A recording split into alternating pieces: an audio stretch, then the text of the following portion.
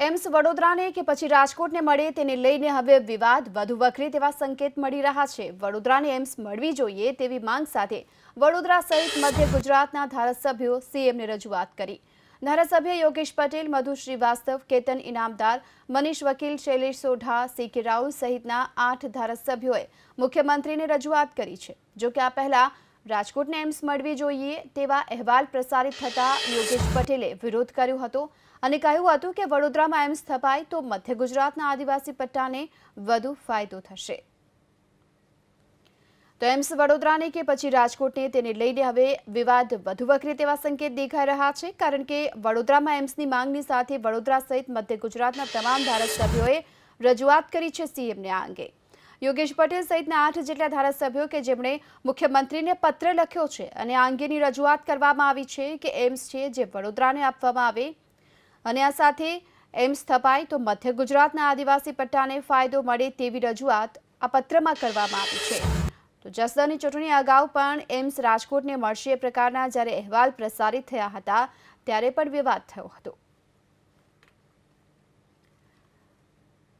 અને એ સમયે વાત કરવામાં આવે તો યોગેશ પટેલે પણ વિરોધ કર્યો હતો અને તેમણે પણ કહ્યું હતું કે વડોદરામાં એમ્સ સ્થાપવામાં આવે તો તેનો ફાયદો ગુજરાતના આદિવાસી પટ્ટાને વધુ થશે એ પ્રકારની વાત તેમના તરફથી કરવામાં આવી હતી અને હવે આ જ વાતને લઈ સીએમને પત્ર લખવામાં આવ્યો છે। વધુ વિગતો મેળવીએ સંવાદદાતા કલ્પેશ રાવલ પાસેથી। કલ્પેશ, જે પ્રમાણે વડોદરામાં એમ્સની માંગ સાથે વડોદરા સહિતના જે મધ્ય ગુજરાતના તમામ ધારાસભ્યોએ રજૂઆત કરી છે સીએમની, પત્રમાં શું ઉલ્લેખ કરાયો છે?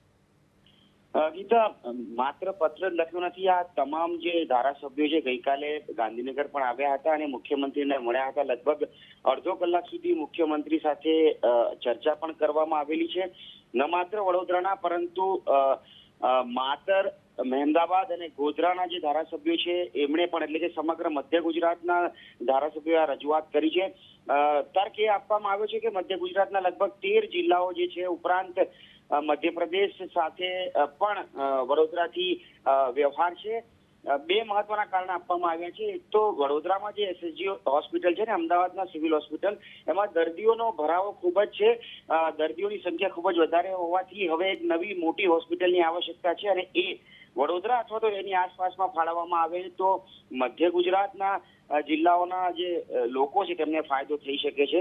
જો કે જસદણની ચૂંટણી પહેલા એક વાત એવી આવી હતી કે રાજકોટની આસપાસ એમ્સ ફાળવવામાં આવશે। હજુ રાજ્ય સરકાર આ મામલે કોઈ ફોડ પાડતી નથી, પરંતુ ફરી એક વખત એમ્સના મુદ્દે વડોદરા અને રાજકોટ વચ્ચે એક પ્રકારે કહી શકાય કે નાકની લડાઈ શરૂ થઈ ગઈ છે। જી, આભાર આપનો આ સમગ્ર માહિતી બદલ। તો મધ્ય ગુજરાતના 8 થી પણ વધુ ધારાસભ્યો કે જેમણે મુખ્યમંત્રીને મળી અને આ અંગેની રજૂઆત કરવામાં આવી છે કે એમ્સ છે જે વડોદરાને ફાળવવામાં આવે।